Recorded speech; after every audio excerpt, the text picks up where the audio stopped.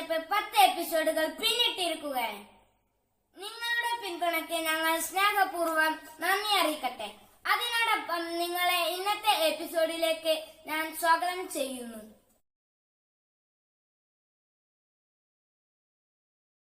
എല്ലാവർക്കും നമസ്കാരം. എല്ലാവരും സുഖമായിരിക്കുന്നു എന്ന് വിശ്വസിക്കുന്നു.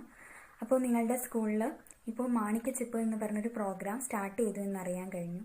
അപ്പോൾ ഈ ഒരു പരിപാടിയിലൂടെ കുട്ടികൾക്ക് എല്ലാവർക്കും ഒരുപാട് അറിവും കാര്യങ്ങളൊക്കെ കാണാനും കേൾക്കാനും അത് മറ്റുള്ളവർക്ക് പറഞ്ഞു കൊടുക്കാനും ഒക്കെ സാധിക്കുന്നുണ്ട് എന്നറിയുന്നതിൽ സന്തോഷം. അപ്പോൾ ഈ ഒരു പരിപാടിയിലേക്ക്, ഇന്നത്തെ ഈ എപ്പിസോഡിലേക്ക് എന്നെ വിളിച്ചതിനുള്ള നന്ദി ആദ്യമേ അറിയിക്കട്ടെ. അപ്പോൾ ഇന്ന് നമ്മൾ ചർച്ച ചെയ്യാൻ ഉദ്ദേശിക്കുന്നത് ആരോഗ്യവും ശുചിത്വവും എന്നുള്ളൊരു വിഷയത്തെക്കുറിച്ചാണ്. ഒരുപക്ഷെ ഈ ഒരു സമയത്ത് ഏറ്റവും കൂടുതൽ ചർച്ച ചെയ്യപ്പെടേണ്ടതും ഏറ്റവും കൂടുതൽ പ്രാധാന്യമർഹിക്കുന്നതുമായ ഒരു വിഷയം കൂടിയാണ് ആരോഗ്യവും ശുചിത്വവും. നിങ്ങൾക്കറിയാം, ഇപ്പോൾ നിങ്ങൾക്ക് സ്കൂളൊന്നും ഇല്ലല്ലേ, വീട്ടിലിരുന്നിട്ടായിരിക്കും ഫോണിലും ടി വിയിലൊക്കെ കണ്ടിട്ടായിരിക്കും ഓൺലൈനായിട്ട് പഠിക്കുന്നുണ്ടാവുക. ഇന്ന് മൊത്തം നമ്മളെയും ലോകത്തെ മൊത്തം ഒരു കുഞ്ഞൻ വൈറസ് ഭീഷണിയിലാഴ്ത്തിയിരിക്കുകയാണ്. അപ്പം ഈ ഒരു സമയത്ത് ഏറ്റവും കൂടുതൽ ചർച്ച ചെയ്യപ്പെടേണ്ട ഒരു വിഷയമാണ് ആരോഗ്യവും ശുചിത്വവും. അപ്പോൾ എന്താണ് ആരോഗ്യം? ആരോഗ്യം എന്ന് പറഞ്ഞാൽ എന്താ? ഒരു മനുഷ്യൻ ആരോഗ്യവാനായിരിക്കുക അല്ലെങ്കിൽ ആരോഗ്യവതിയായിരിക്കുക എന്ന് പറയുന്നതുകൊണ്ട് നമ്മൾ എന്താ ഉദ്ദേശിക്കുന്നത്? രോഗങ്ങളില്ലാത്ത അവസ്ഥ മാത്രമാണോ ആരോഗ്യം? അല്ല. ഒരു ശാരീരികമായും മാനസികമായും ഉള്ള ഒരു സുഖകരമായ അവസ്ഥയാണ് നമ്മൾ ആരോഗ്യം എന്ന് പറയുന്നത്. അല്ലാണ്ട് രോഗങ്ങളുടെ ഇല്ലായ്മ അല്ലെങ്കിൽ രോഗങ്ങളില്ലാത്ത അവസ്ഥയല്ല ആരോഗ്യം. ഒരാൾ ശാരീരികമായും മാനസികമായും സുഖമായിരിക്കുന്നതിനെയാണ് നമ്മൾ ആരോഗ്യം എന്ന് പറയുന്നത്. ഇനി ശുചിത്വം എന്ന് പറഞ്ഞാൽ എന്താണ്? നമ്മൾ സാധാരണയായിട്ട് പറയുമ്പോൾ ശുചിത്വം അല്ലെങ്കിൽ ശുചിയായിരിക്കുക എന്ന് പറയുമ്പോൾ വൃത്തിയായിരിക്കുക എന്നുള്ളത്. നമ്മൾ ഇന്ന് നോക്കുന്നത് ഈ ശുചിത്വം എങ്ങനെ നമ്മൾ ആരോഗ്യവാനായി നിലനിർത്തുന്നു, അല്ലെങ്കിൽ ശുചിത്വവും ആരോഗ്യം തമ്മിലുള്ള ബന്ധം എന്താണ്? അപ്പോൾ നമ്മൾ പറയാനുള്ള എളുപ്പത്തിന് ശുചിത്വത്തിനെ 3ആയിട്ട് തിരിക്കാം. അതായത് വ്യക്തി ശുചിത്വം, പരിസര ശുചിത്വം, മാലിന്യ സംസ്കരണം. അപ്പോൾ വ്യക്തി ശുചിത്വം എന്ന് പറഞ്ഞാൽ എന്താണ്? വ്യക്തി ശുചിത്വം എന്ന് പറയുമ്പോഴേക്കും നമ്മൾ തന്നെ സ്വയം ശുചിയായിരിക്കുക, നമ്മളെ തന്നെ വൃത്തിയായി സൂക്ഷിക്കുക എന്നുള്ളതാണ് വ്യക്തി ശുചിത്വത്തിൽ വരുന്നത്. പരിസര ശുചിത്വം എന്ന് പറയുമ്പോഴേക്കും നമ്മളായിരിക്കുന്ന നമ്മുടെ ചുറ്റുപാട്, നമ്മളിപ്പം നമ്മളെ മാത്രം ശുചിയായി വെച്ചത് കൊണ്ട് കാര്യമില്ല, നമ്മളായിരിക്കുന്ന നമ്മുടെ ചുറ്റുപാടിനെയും ശുചിയായി വെക്കും. ഇങ്ങനെ ഈ വ്യക്തി ശുചിത്വവും പരിസര ശുചിത്വവും പിന്നെ മാലിന്യ സംസ്കരണം കറക്റ്റായിട്ട് ചെയ്യുന്നതിലൂടെ എങ്ങനെ നമുക്ക് നമ്മുടെ ആരോഗ്യം നിലനിർത്താം, എന്തൊക്കെ കാര്യങ്ങളാണ് ശ്രദ്ധിക്കേണ്ടത്, ഇതിനെക്കുറിച്ചാണ് നമ്മൾ ഇന്ന് ഈ ഒരു കാര്യങ്ങളാണ്. അതുപോലെ തന്നെ കൂട്ടുകാർ ഭക്ഷ്യ വിഷബാധ എന്ന് കേട്ടിട്ടുണ്ടോ? Food poisoning. അപ്പോൾ നമ്മൾ വൃത്തിയില്ലാത്തതും എന്താ പറയുക, മാലിന്യം നിറഞ്ഞതുമായിട്ടുള്ള ചുറ്റുപാടിൽ വെച്ചിട്ട് നമ്മൾ ഭക്ഷണം പാകം ചെയ്യുകയും ആ ഭക്ഷണം കഴിക്കുകയും ചെയ്യുമ്പോൾ അത് പല ജീവികളാലും എന്താ പറയുക പോയിസൺഡ് ആവാൻ അല്ലെങ്കിൽ ടോക്സിക് ആവാൻ സാധ്യതയുണ്ട്. പല ജീവികൾ കടന്നുകൂടാനും അതുവഴി അത് കഴിക്കുന്നതിലൂടെ നമുക്ക് ഒരുപാട് ബുദ്ധിമുട്ടുകൾ, വയറിളക്കം, ഛർദി, വളരെ അപകടകരമായ അവസ്ഥയിൽ എത്തുന്ന പോലെ നമ്മൾ ഭക്ഷ്യവിഷബാധ ഉണ്ടാവാനൊക്കെ ചാൻസ് ഉണ്ട്. അപ്പോൾ എന്താണെന്ന് വെച്ച് കഴിഞ്ഞാൽ നമ്മൾ കറക്റ്റായിട്ട് പരിസര ശുചിത്വം പാലിച്ചു കഴിഞ്ഞാൽ ഈ പറഞ്ഞ പനികൾ, അതായത് മഴക്കാലം തുടങ്ങുന്നതിന് മുമ്പേ എപ്പോഴും വൃത്തിയാക്കി വെക്കുക. മഴക്കാലം തുടങ്ങുന്നതിന് മുമ്പേ പ്രത്യേകിച്ച് വീടും പരിസരവും ഒക്കെ വൃത്തിയാക്കി വെക്കുക. നിങ്ങൾ ആരോഗ്യവകുപ്പിൻ്റെ ജാഗ്രതാ സന്ദേശമൊക്കെ കേട്ടിട്ടുണ്ടോ? അപ്പം ഇങ്ങനെയുള്ള കാര്യങ്ങളൊക്കെ ചെയ്യുന്നതോടെ ഒരുപാട് പനികൾ, കൊതുക് മൂലം പരത്തുന്ന അല്ലെങ്കിൽ എലികൾ മൂലം പരക്കുന്ന ഒരുപാട് കാര്യങ്ങൾ, അതായത് ഈ ചപ്പും ചവറെല്ലാം വീട്ടിൻ്റെ സൈഡിലൊന്നും കൂട്ടിയിടാണ്ടിരിക്കും, ഇങ്ങനെയൊക്കെ ചെയ്യുന്നതിലൂടെ ഒരുപാട് പനികൾ, ഒരുപാട് അസുഖങ്ങൾ നമുക്ക് തടയാൻ പറ്റും. ഇപ്പോൾ പരിസര ശുചിത്വം കൊണ്ട് നമുക്ക് ഒരുപാട് അസുഖങ്ങൾ തടഞ്ഞ് നമുക്ക് ആരോഗ്യവാനായിട്ട് ഇരിക്കാൻ വേണ്ടി. അതുപോലെ തന്നെയാണ് ജലസ്രോതസ്സുകൾ. പരിസര ശുചിത്വത്തിൽ തന്നെ വരുന്നതാണ് ജലസ്രോതസ്സുകൾ. ജലസ്രോതസ്സുകളാണെങ്കിലും നമ്മൾ ശ്രദ്ധിക്കണം.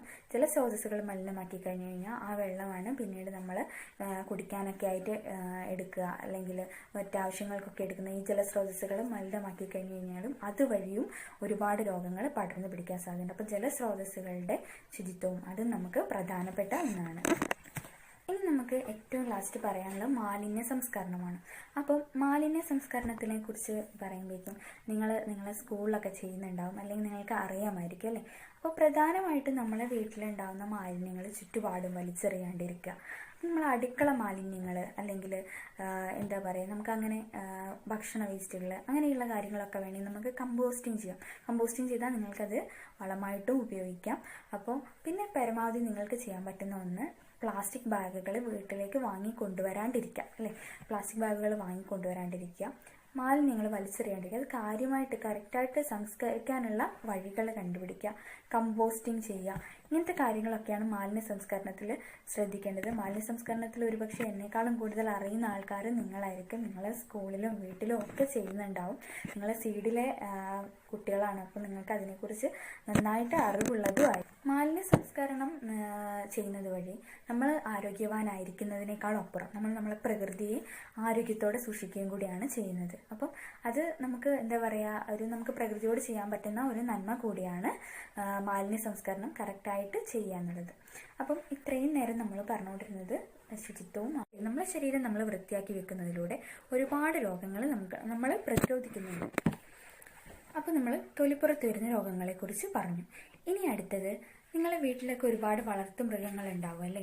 അതായത് കോഴികളുണ്ടാവാം, പട്ടിക്കുട്ടികളുണ്ടാവാം, പൂച്ചക്കുട്ടികളുണ്ടാവാം, മുയലൊക്കെ ഉണ്ടാവാം. അപ്പോൾ പലതരത്തിലുള്ള വളർത്തു മൃഗങ്ങളൊക്കെ ഉണ്ടാവും. അവയെ തൊട്ടതിന് ശേഷം കൂട്ടുകാരെല്ലാം കൈ കഴുകാറുണ്ടോ? അവർ നമ്മൾ ഓമനിച്ച് വളർത്തുന്നൊക്കെ ആയിരിക്കും. എങ്കിലും അവയുടെ ശരീരത്തിലും സൂക്ഷ്മമായ ചില ജീവികൾ, ചള്ളുകൾ അങ്ങനെയൊക്കെ ഉണ്ടാവാറുണ്ട്. അപ്പം മൃഗങ്ങളിൽ നിന്ന് മനുഷ്യരിലേക്ക് പകരുന്ന ഒരുപാട് അസുഖങ്ങളുണ്ട്. അപ്പോൾ അതും നമുക്ക് എന്താണ്, വ്യക്തി ശുചിത്വം പാലിക്കുന്നതോടെ നമുക്ക് തടയാൻ പറ്റുന്ന അസുഖങ്ങളാണ്. അപ്പം നമ്മൾ ഇവയെല്ലാം ഓമനിക്കുന്നതും പരിപാലിക്കുന്നതും ഒക്കെ വളരെ നല്ലതല്ലേ?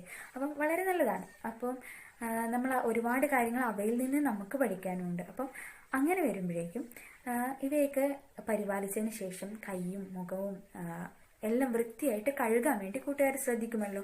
അങ്ങനെ ശ്രദ്ധിക്കുകയാണെങ്കിൽ ഇങ്ങനെയുള്ള അസുഖങ്ങൾ നമുക്കൊരു പരിധി വരെ തടയാൻ വേണ്ടി പറ്റും. ഒരുപാട് മൃഗങ്ങളിൽ നിന്ന് പകരുന്ന അസുഖങ്ങളെക്കുറിച്ച് നിങ്ങൾ കേട്ടിട്ടുണ്ടാവുമെന്ന് എനിക്കറിയാം. അപ്പം തൊലി രോഗങ്ങൾ കഴിഞ്ഞ് കഴിഞ്ഞാൽ പിന്നെ മൃഗങ്ങളിൽ നിന്ന് നമ്മളിലേക്ക് പകരുന്ന അസുഖങ്ങൾ, അതായത് വളർത്തു മൃഗങ്ങളിൽ നിന്ന് നമ്മളിലേക്ക് പകരുന്ന അസുഖങ്ങൾ നമുക്ക് ഈ വ്യക്തി ശുചിത്വം ഉള്ളത് കൊണ്ട് നമുക്ക് പ്രതിരോധിക്കാൻ പറ്റുന്നുണ്ട്. ഇനി അതുപോലെ തന്നെ പിന്നെ അടുത്തതാണ്, നിങ്ങൾ മണ്ണിലൊക്കെ കളിക്കാറുണ്ടാവും അല്ലേ? മണ്ണിലൊക്കെ കളിക്കാറുണ്ട്, എന്താ ചെടിയൊക്കെ നടുന്നുണ്ടാവും. പിന്നെ എന്താണ്, പിന്നെ മണ്ണിൽ അരിയൊക്കെ വെച്ച് ചോറൊക്കെ വെച്ച് പോലെ നിങ്ങൾ കളിക്കലൊക്കെ ഉണ്ടാവും അല്ലേ? പിന്നെ എന്താണ്, മണ്ണിൽ കിടന്ന് ഉരുണ്ടൊക്കെ കളിക്കലുണ്ടാവും. അപ്പം ഇവിടെയാണ് നമ്മൾ നഖം മുറിക്കണം നേരത്തെ പറഞ്ഞല്ലോ. അപ്പം നഖം മുറിക്കുന്നതിൻ്റെ ഒരു ഇതെന്താ, നമ്മൾ ഈ മണ്ണിലൊക്കെ കളിച്ച് കഴിഞ്ഞാൽ നമ്മൾ കൈ വൃത്തിയായിട്ട് കഴുകിയാൽ പോലും നഖത്തിൻ്റെ ഇടയിലുള്ള ഈ സൂക്ഷ്മജീവികൾ നമുക്ക് നീക്കം ചെയ്യാൻ പറ്റിക്കൊള്ളണമെന്നില്ല.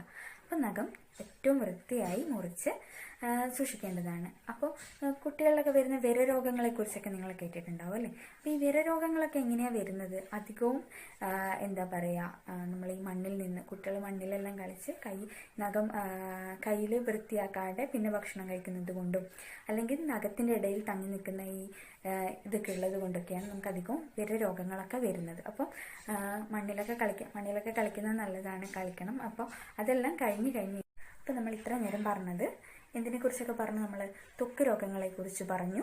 പിന്നെ നമ്മൾ വിരരോഗങ്ങൾ, മണ്ണിൽ നിന്നുണ്ടാകുന്ന വിരരോഗങ്ങളെക്കുറിച്ച് പറഞ്ഞു.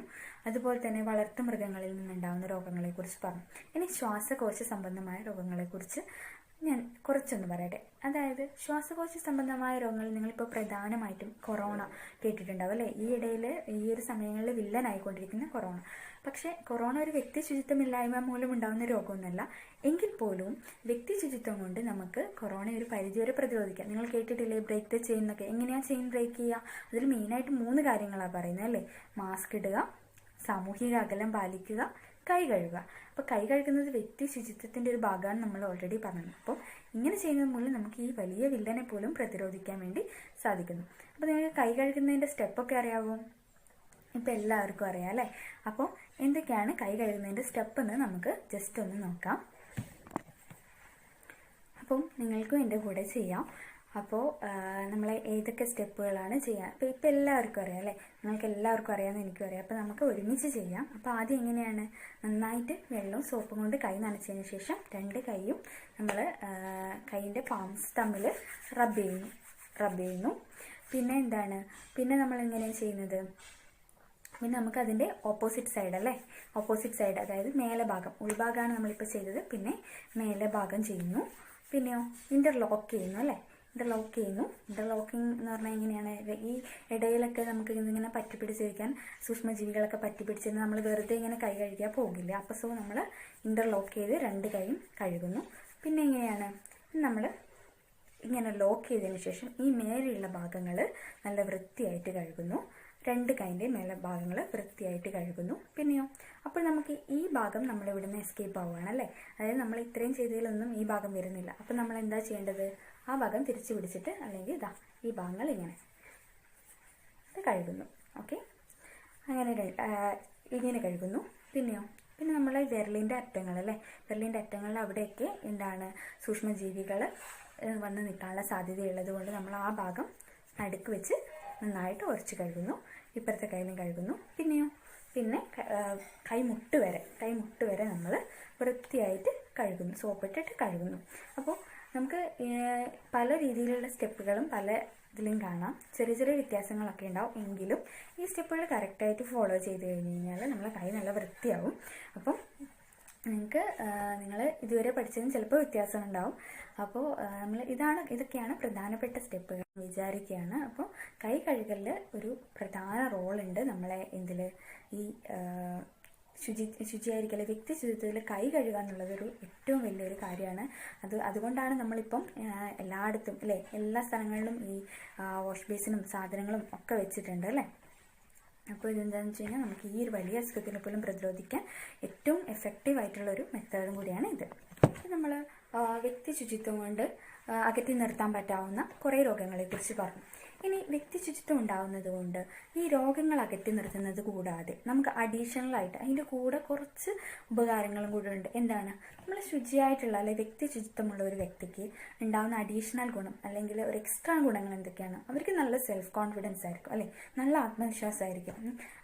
എല്ലാവരും മുമ്പിൽ എണീറ്റ് നിൽക്കാനും ഒരു കാര്യങ്ങൾ പോയി സംസാരിക്കാനും ഒക്കെ. അപ്പോൾ എനിക്കൊരു എന്താ പറയുക, ഞാനൊരു ശുചിത്വമില്ലാണ്ട് ഇങ്ങനെ കാണാനൊരു എന്താ പറയുക, ഒരു വൃത്തിയില്ലാത്ത അവസ്ഥയിലാണെങ്കിൽ എനിക്ക് എല്ലാവരെയും മുമ്പിൽ ഫേസ് ചെയ്യാനും ഒക്കെ പറയാനും ഒക്കെ ഒരു ബുദ്ധിമുട്ടായിരിക്കും. പക്ഷെ നമ്മൾ നല്ല വൃത്തിയായിരിക്കുകയാണ്, അങ്ങനെ നമ്മളെ സ്മെല്ലൊന്നുമില്ല, നമ്മൾ നല്ല വൃത്തി കാണുമ്പോൾ തന്നെയാണ് നല്ല വൃത്തിയുണ്ട്, ഭംഗിയല്ല വൃത്തിയാണ്. അപ്പോൾ വൃത്തി ഉണ്ടെങ്കിൽ നമുക്ക് അഡീഷണലി ഒരു സെൽഫ് കോൺഫിഡൻസ് ആയിരിക്കും. കൂട്ടുകാർക്ക് എല്ലാവരും മുമ്പിൽ എണീറ്റ് നിൽക്കാനും നിങ്ങളുടെ ആശയങ്ങൾ മറ്റുള്ളവരായി പങ്കുവയ്ക്കാനും ഒക്കെ ഒരു ആത്മവിശ്വാസം ഈ വ്യക്തി ശുചിത്വമുള്ളവർക്ക് കൂടുതലായിരിക്കും. അതാണ് നമുക്കൊരു എക്സ്ട്രാ ഉള്ളൊരു അഡീഷണൽ ബെനിഫിറ്റ് എന്ന് നമുക്ക് ഇതിനെ പറയാൻ പറ്റുന്നത്. ഇപ്പം നമ്മൾ ഇത്രയും നേരം പറഞ്ഞത് വ്യക്തി ശുചിത്വമാണ്. ഇനി നമുക്ക് പറയാനുള്ളത് പരിസര ശുചിത്വമാണ്. പരിസര ശുചിത്വത്തെക്കുറിച്ച് പറയുമ്പോഴേക്കും ഇതുപോലെ തന്നെ പരിസരം ശുചിയാക്കി വെക്കുന്നതിലൂടെ നമുക്ക് ഒരുപാട് അസുഖങ്ങൾ പ്രതിരോധിക്കാൻ പറ്റും. അപ്പോൾ പരിസര ശുചിത്വം എന്ന് പറയുമ്പോൾ നിങ്ങൾ പരിസരം ശുചിയാക്കി വെക്കാൻ കൂട്ടുകാരെ എന്തെല്ലാം കാര്യങ്ങൾ ചെയ്യാറുണ്ട്? പരിസരം ശുചിയാക്കി വെക്കുമ്പോൾ നിങ്ങൾ വീടിൻ്റെ അടുത്തുള്ള ചിരട്ടകൾ, ടയറുകൾ, ഒഴിഞ്ഞ സാധനങ്ങൾ അതൊക്കെ കമഴ്ത്തി വെക്കുക. വെള്ളം കെട്ടി നിൽക്കാൻ സാധ്യതയുള്ള എല്ലാ സാധനങ്ങളും ഒഴിവാക്കുക അല്ലെങ്കിൽ കമഴ്ത്തി വെക്കുക. പിന്നെ ജലസ്രോതസ്സുകളൊക്കെ മൂടി വെക്കുക. കൊതുകിൻ്റെ നിയന്ത്രണം, കൊതുകിനെ നമ്മൾ നിയന്ത്രിക്കണം. കാരണം കൊതുക് മൂലം ഒരുപാട് രോഗങ്ങൾ നമുക്ക് പകരുന്നുണ്ട്. അപ്പോൾ കൊതുകിൻ്റെ നിയന്ത്രണം. പിന്നെ വീടും പരിസരവും എപ്പോഴും ശുചിയായി വൃത്തിയാക്കി വെക്കുക. ഇനി നമുക്ക് ഈ പരിസര ശുചിത്വം കൊണ്ട് നമുക്ക് തടയാൻ പറ്റുന്ന രോഗങ്ങൾ ഏതൊക്കെയാണെന്നുള്ളതാണ് നമുക്ക് നോക്കേണ്ടത്. അതിനെക്കുറിച്ച് ഞാൻ കുറച്ചേ പറയുന്നുള്ളൂ. അപ്പോൾ അതിൽ ആദ്യം തന്നെ പടർന്നു പിടിക്കുന്ന രോഗങ്ങളാണ്. പടർന്നു പിടിക്കുന്ന രോഗങ്ങൾ എന്ന് വെച്ചാൽ പ്രധാനമായിട്ടും പനികളാണ് വരുന്നത്. ഏതൊക്കെയാണ്? കൊതുക് പരത്തുന്നത് നിങ്ങൾക്കറിയാമായിരിക്കും. ഡെങ്കിപ്പനി, ചിക്കൻ ഗുനിയ, മലേറിയ, പിന്നെ അതുപോലെ തന്നെ എലികളിൽ നിന്ന് വരുന്ന എലിപ്പനി. ഇതൊക്കെ എന്താണ് നമുക്ക് ഒരു പരിധി വരെ പരിസര ശുചിത്വം കൊണ്ട് തടയാൻ പറ്റുന്ന ശുചിത്വത്തെക്കുറിച്ച് പറഞ്ഞു, വ്യക്തി ശുചിത്വത്തെക്കുറിച്ച് പറഞ്ഞു, മാലിന്യ സംസ്കരണത്തെക്കുറിച്ച് പറഞ്ഞു. ഇവയൊക്കെ നമ്മളെങ്ങനെയാണ് രോഗം വരാതെ നമ്മളെ കാത്തു സൂക്ഷിക്കുന്നത് അല്ലെങ്കിൽ നമ്മൾ ആരോഗ്യവാനായിരിക്കാൻ ഈ ശുചിത്വം നമ്മളെങ്ങനെ സഹായിക്കുന്നു എന്ന് പറഞ്ഞു. അപ്പം ഇത്രയും കാര്യങ്ങൾ